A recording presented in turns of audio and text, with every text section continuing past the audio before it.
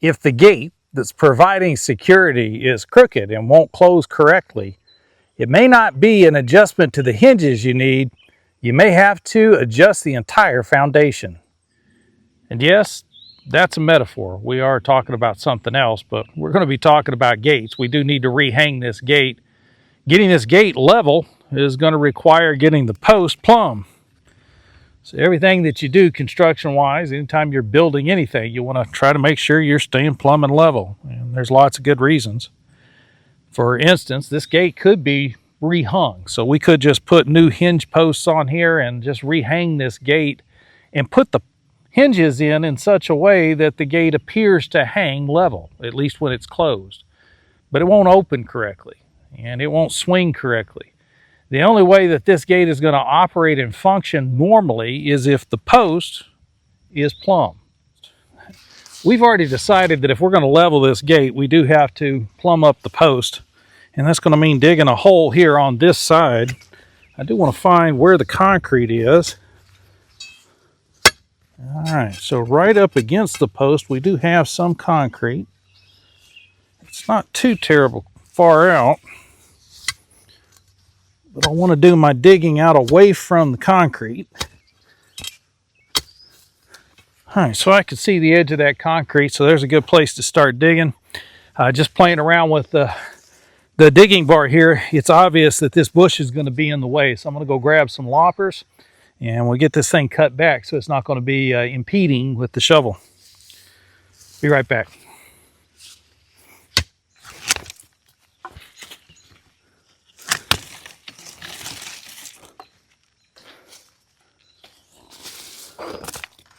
Of course, we won't waste all of these sticks and twigs either. The really small stuff will wind up in a compost pile.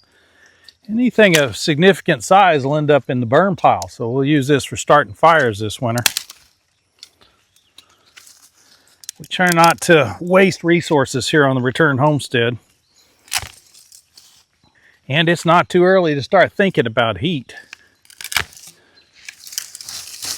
One of the reasons I was having that conversation with Tony is Tony's got property that has some down timber on it, and he wants somebody to clean those trees up off the ground for him, clear his pasture. And I need firewood, so it's a good match there. If you're curious enough to go and check it out, you can find out about that metaphor on Rumble. Just look for this video content. Looks like we've got an oak tree growing up in here too. Although we like the oaks, this is not going to be a good spot for one. Right here next to the fence post. So we'll go ahead and cut it out as well.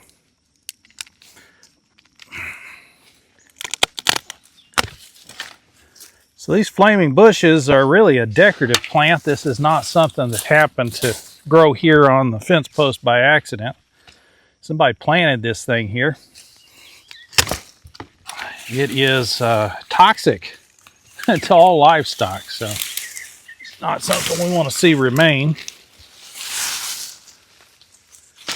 Oh, this is not ideal, but the bush has to go either way.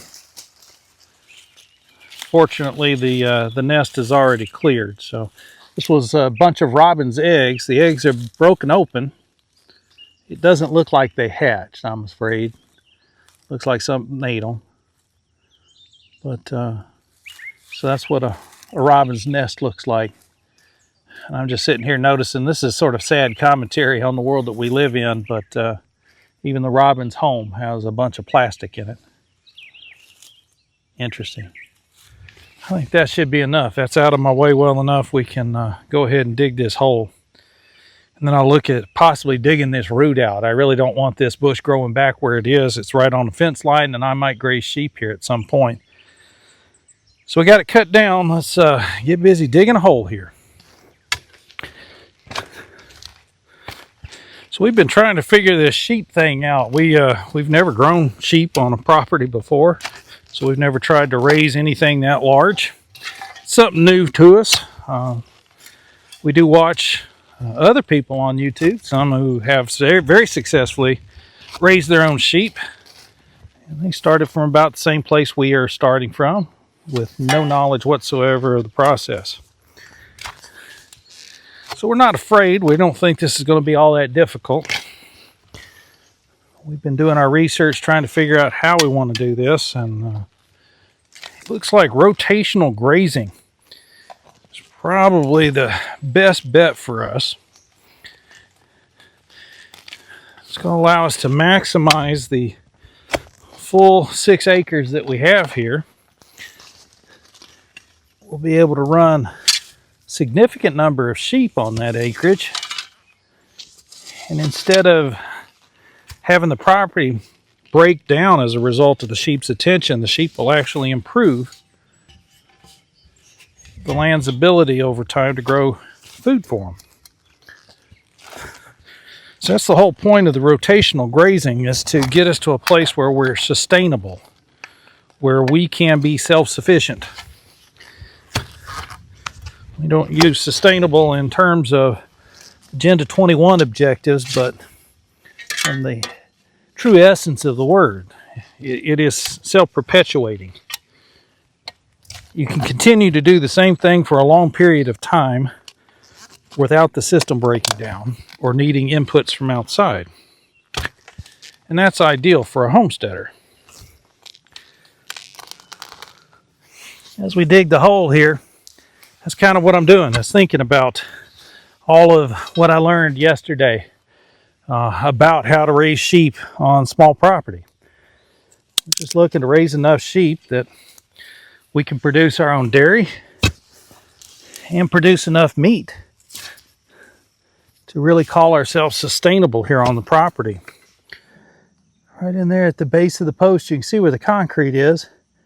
All I'm trying to do is get down to the bottom of that concrete. I want to clear out just a little bit of dirt from that outer edge of the concrete, just to give me a leverage point that I can begin to push the pole back in the other direction. So I was hoping we could do this real simply with just a small hole right here on this side, but that's clay down there in the very bottom, and I'm having to break that clay loose from the concrete ball. So all this dirt that I've pulled out and removed from around this post was necessary just to get a little bit of wiggle in the post. Now the post isn't straight yet. All I've managed to do is break it loose enough that I can lean on it and get some movement. I don't want it much looser than that, because standing it up straight is going to require some sort of tensioning system. So I'm looking now at using either a T-post over here in the dirt, or possibly using the base of the other pole and a chain with a come along. And all of that would go up to the top of this pole in the hopes of adding some tension and pulling it back into a plumb condition. Now once I've gotten it plumb, I'll use some 2x4s to brace it up, lock it in place before we do anything about filling the hole back in. When it comes to filling the hole, I'll probably need to build some sort of a form, and we'll use concrete to add to the stability here at the base. Ideally, what should have been done is an H-brace should have been built to hold this gate post up. So the purpose of an H-brace is to make sure that the pole never leans. When you hang a gate off of this and the gate extends out, the weight of that gate gets heavier and heavier the longer the gate is. These are 10-foot long gates, and so you get an extreme amount of weight on the tip of that gate, and that weight pulls on the top of the pole, and that pulls the pole over. And that's what happened to this pole. It was left open most of the time. So the weight of the gate pulled it away from the opening, pulled it in the opposite direction. So an H-brace may not have helped in this case. Typically the H-brace is in line with the fence. The real purpose of the H-brace is not the extra piece of wood that goes in between the brace post and the gate post. It's really the tensioning wire that goes across. And that tensioning wire helps to transfer the weight of the gate down onto the base of the next post in the fence line. And it's the base of that post that's nice and stable that actually supports the weight of the gate. There are other ways to support the weight of the gate though, and I think what we really want to do is have the gates closed most of the time.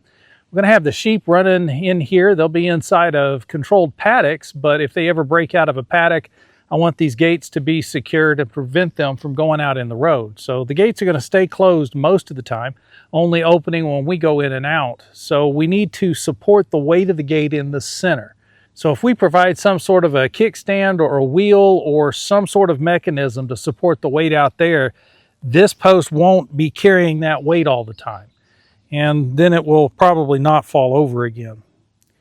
So we still got a little bit of work to do here. And I still got to figure out exactly how I'm going to support the weight of the gate there in the middle. But for right now, we at least got the hole dug loose. And that was the work that was on tap for the day, was to get this dirt removed from around this post and see if we could break it loose.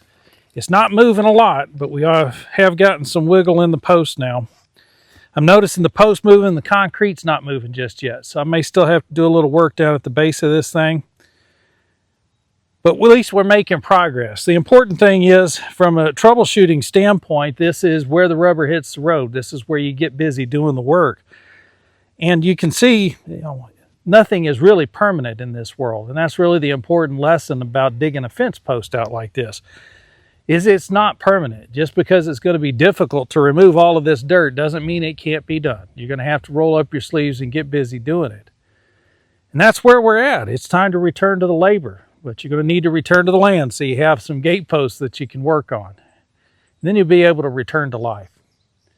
We do appreciate you joining us on the Return Homestead today. If you haven't subscribed to the channel yet, please take a moment to do that. While you've got the window open, hit that thumbs up icon. That's going to let the algorithm know you enjoyed the video, and they'll share it out with more people.